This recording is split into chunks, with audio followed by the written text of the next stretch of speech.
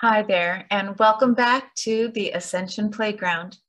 My name's Ursie, and today I just wanted to tune into the energy that might be coming through, I don't know, my favorite card deck.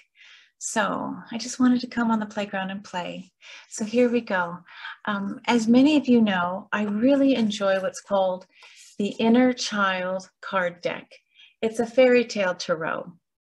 And, you know, what are we if not a composite of amazing stories, right?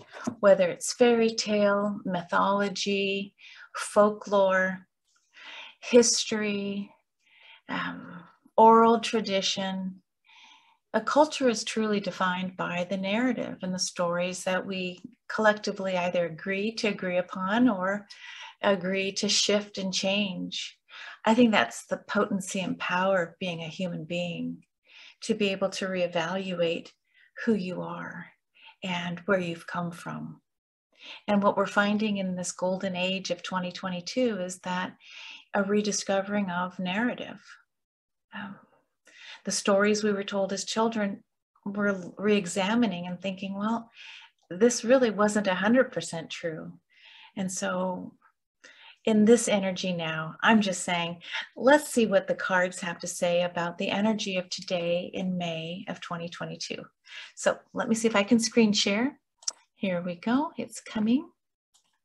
And again, here is the card deck, Inner Child Cards, a Fairy Tale Tarot by Isha and Mark Lerner. They're just so fantastic. And it took them many years to create this card deck.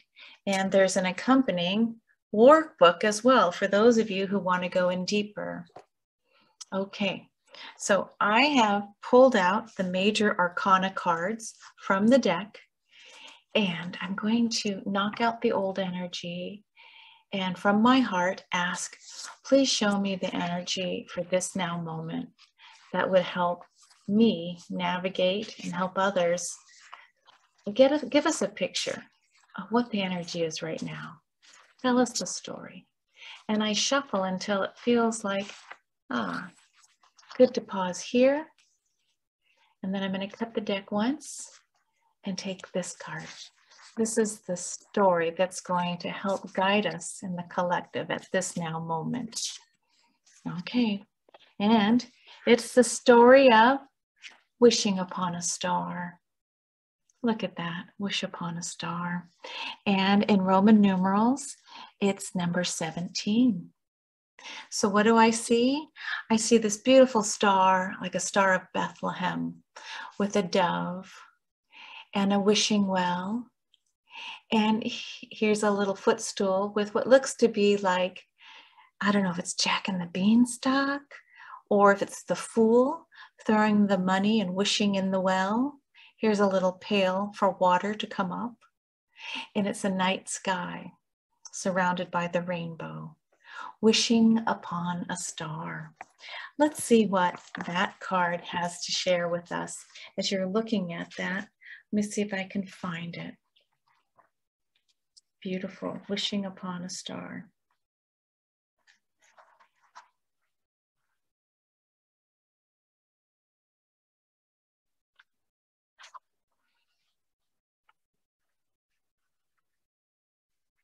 There's so many good ones in here. I could look at this whole book and stuff. Okay, we're back. Wishing upon a star, and I'll begin. On the highest level, the previous 4 cards in the major arcana tell the story of the human soul as it crosses over the threshold of death into the afterlife, merges with the guardian angel, encounters the dark angel, and ultimately purges and releases itself from old karma in the tower. This leads to the star experience in the 17th card and the rekindling of divine light, wisdom, and radiant love. In the inner child cards, this card is called Wishing Upon a Star. It's the star card in tarot, right? The ancients regarded stars as living entities, sometimes heavenly angels. Jewish scriptures maintain that every affair in which a person is engaged here on earth is first indicated up above by the angel of their star. This reminds us of the adage attributed to Hermes Trismegistus, quote, as above, so below.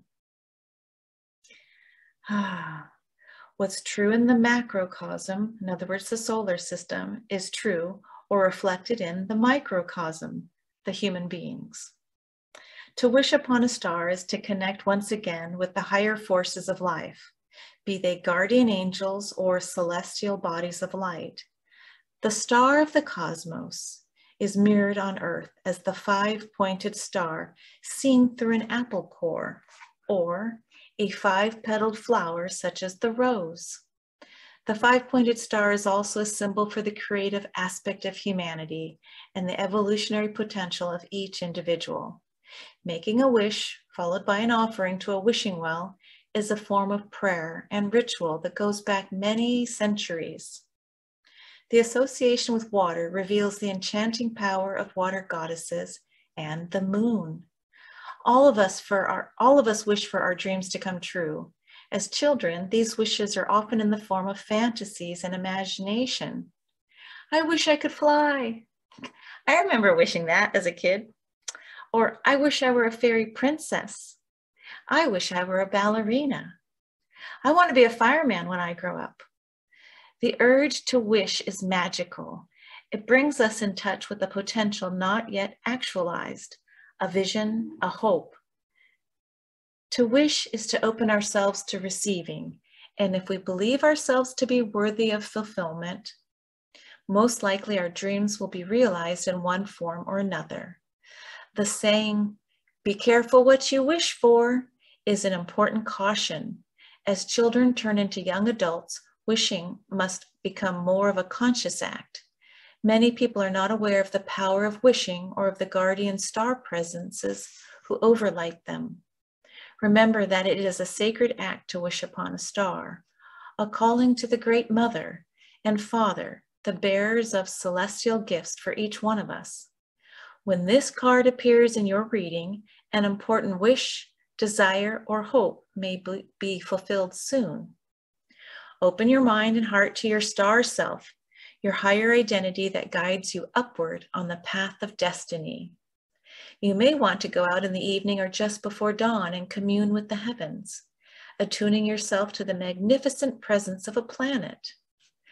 A wandering star like Venus, Mars, or Jupiter, or a brilliant first magnitude star such as Antares, Sirius, Aldebaran, Regulus, or Arcturus. Remember that your true essence is spiritual light, clothed in this life by a physical body. As you initiate into the light of new perfection, represented by the spiritual pentagram, dedicate your life to the destiny you truly wish to fulfill. So the tarot archetype is the star, and the zodiac ruler is Aquarius. I think that word I was trying to trip over is zodiacal ruler is Aquarius.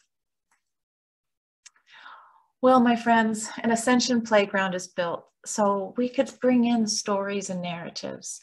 And what if, and I'm talking to anyone listening, what if wishing upon a star wasn't just make-believe? What if it actually held a little something more than just make-believe? What if you, trying to find the right spot here, what if you could just imagine yourself to be at that wishing well, surrounded and bathed in the magical light of the star, reaching out to Mother Earth and Father Sky and inviting in your guiding star for this year, 2022. It's never too late. In fact, if I was to make a magical wish right now, I think I would hold in my heart something very close to what my friend Krista had shared on the playground. To imagine what it would feel like to live in a world where we set aside our arms, we set aside the war, we just set aside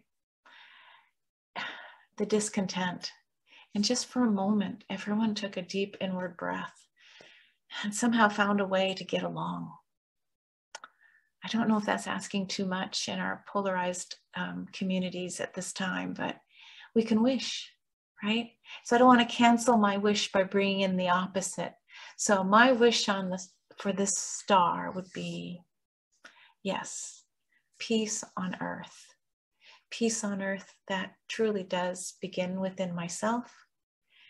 So peace within me, peace within my family, peace within my playground, peace within the world.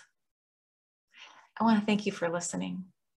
And when you either go out in the early morning light and tune into the morning light's energy, or you go out at dusk, the golden time, the time before evening, look up into the heavens and just for a moment, think about making a wish. What would you wish for? You can tell me in the chat room if you want, or you can keep it to yourself. All right. Well, thank you. And remember to keep wishing on a star, because if you really do feel that alignment, magic can happen. All right. See you next time on the Ascenscion Playground. Bye for now.